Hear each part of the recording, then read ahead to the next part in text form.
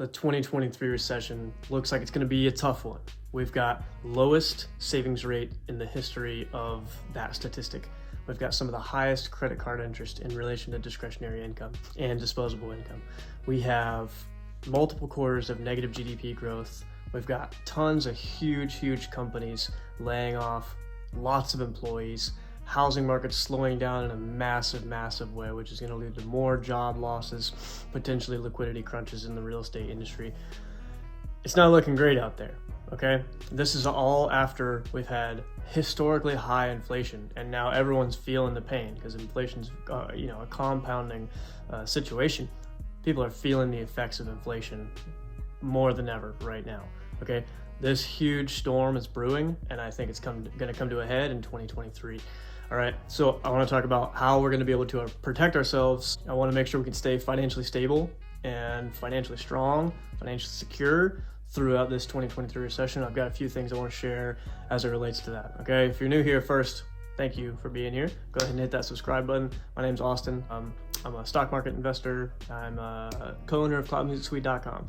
All right, on this channel, we talk all things money and personal development. So today's gonna be more on the money side. So yeah, let's talk about how to protect yourself from the 2023 recession. Right after I show you a picture of my kitty cat. All right, she's over to the left side of me playing with a new toy. Actually, I just looked over, she's sleeping.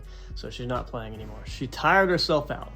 Anyway, so let's jump right into this thing. Number one is going to be never borrowing to consume. Throughout all of 2023, let's make sure we're not borrowing to consume, meaning I need to go buy a new shirt, I need to go buy new shoes, I need to buy groceries, etc. All the things that are considered consumable. Make sure we're not borrowing to consume. Make sure we're not borrowing to go on vacation. Make sure we're not borrowing pretty much if we can avoid it, let's not borrow, because interest rates are at some of the all-time highs that we've seen, at least in the last 30, 40 years.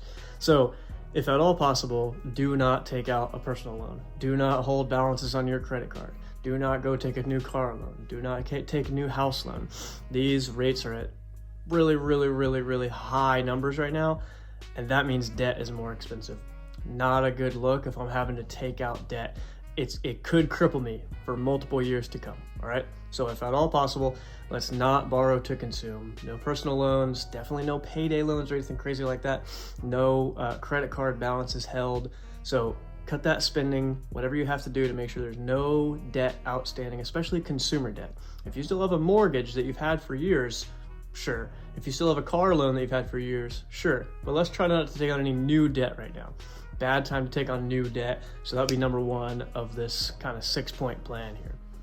Next one up would be stock your emergency fund packed full right now. Okay, if you don't have an emergency fund, this is exactly what it sounds like, right? It's a fund, an oh crap, a rainy day fund, where in case the 2023 recession gets worse, and let's say huge, massive job losses are coming, which I do think that's going to happen. If you're in an unfortunate position where you lose your job, and then we're in a tough labor market where it's hard to get a job, you're gonna need some emergency savings, okay? Or God forbid something horrible happens and we get in a car crash or something, we have to buy a new car, have to go to the emergency room, etc. and so forth, have to get a root canal. Yet, the possibilities are endless of bad things that could happen. We don't wanna be in a position where, like I said, we have to take out debt. If I have to go to the emergency room and I can't pay for this, the last thing I want to have to do is take out a personal loan to pay for that, right? Because like I said in point number one, interest rates are really high right now. Not a great situation. So we can prepare ourselves by making sure we have an emergency fund so that we don't have to take out debt in case something goes crazy, or put it on a credit card. I wouldn't want to have to put something on a credit card and then I hold that balance and I'm paying tons of interest on that because credit card interest is ridiculous. So make sure your emergency fund is full. I bare minimum $1,000, but more ideally, somewhere between 3 and 12 months of expenses. 12 months is expensive. That's pretty high, right? 3 months of expenses, I think that's very doable.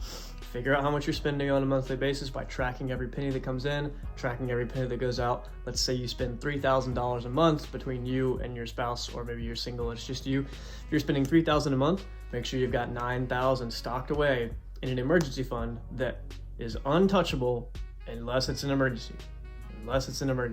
So last resort would be to touch that money right there, just in case stuff goes really south. So get that emergency fund stocked. And we're on to number 3. Number 3 is to keep on developing new skills. So in the event that I do end up losing my job, I want to have enough skills, I want to be a valuable enough person in the marketplace to where even if the labor market is in an unfortunate spot, I can still find a job because I'm valuable enough to a company or to some kind of entity where I have a unique set of skills based on my background and my, credentials maybe, and my experiences that I've had in the past and my certifications that I have and the connections that I have, that I can get a job no matter what. So keep on developing new skills. Let's not just stop spending money on skills at all. Keep on acquiring new skills, right?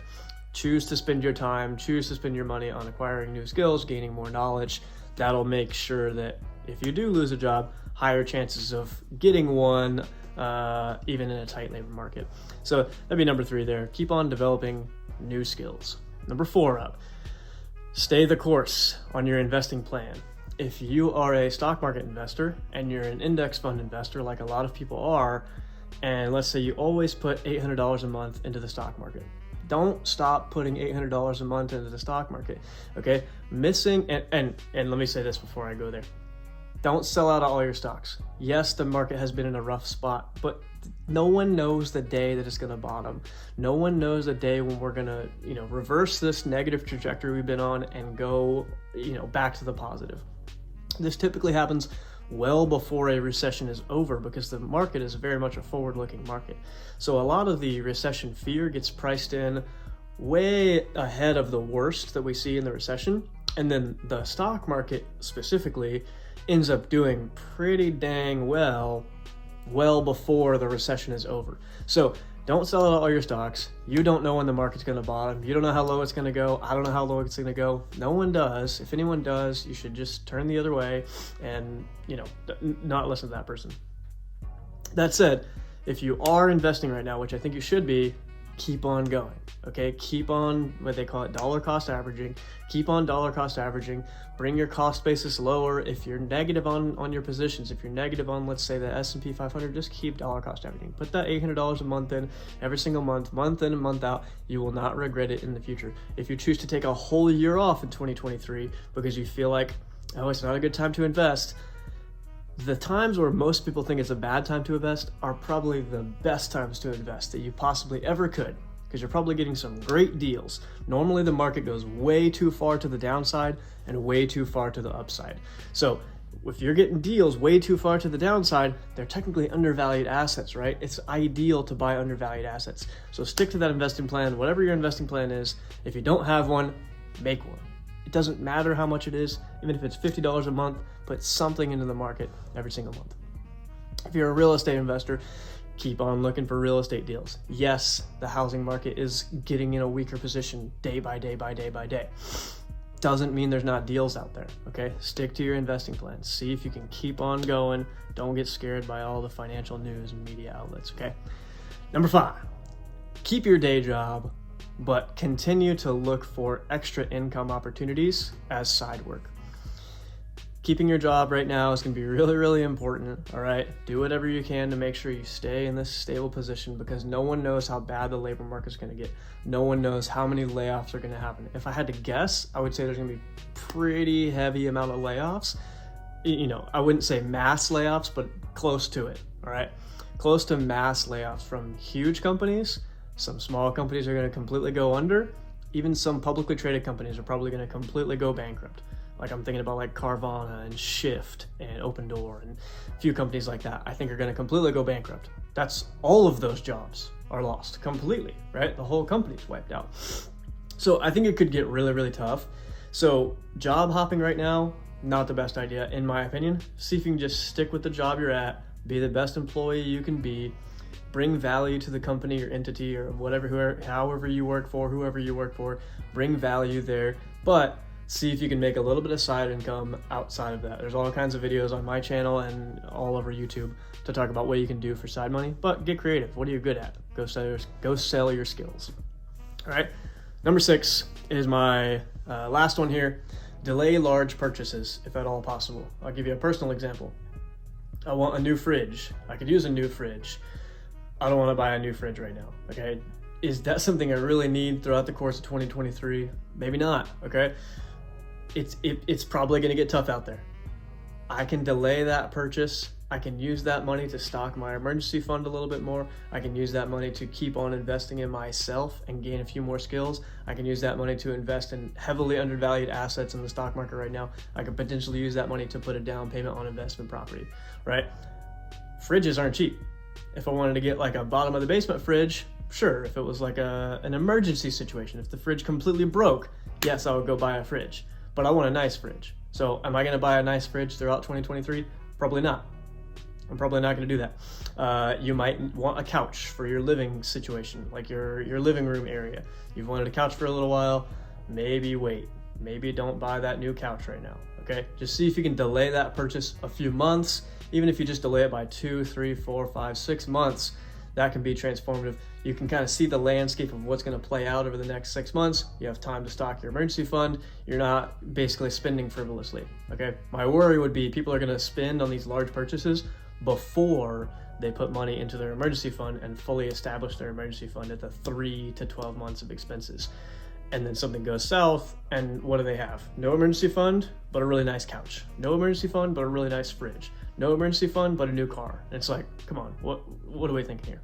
So just keep it in the back of your mind, not trying to play into the fear and the panic, but recession is real. It gets tough out there for a lot of people. Inflation is real. It's getting tough out there for a lot of people. Beef is like double as expensive as it was a year ago. That's ridiculous. So, and beef's not the only example, of course. But anyway, so use those 6 points. Protect yourself from this 2023 recession. I don't know how ugly it's going to get, but no matter what, if you set yourself up in a position to make sure that you can handle everything so that you're in a position of power no matter what happens in the economy, then you could have a very, very fruitful 2023. If you don't set yourself up in a great position, you could have a very, very bleak, rough, stressful 2023. So hope this video helps a lot. If you made it this far, go ahead and subscribe. Much love from me as always, and have a good night.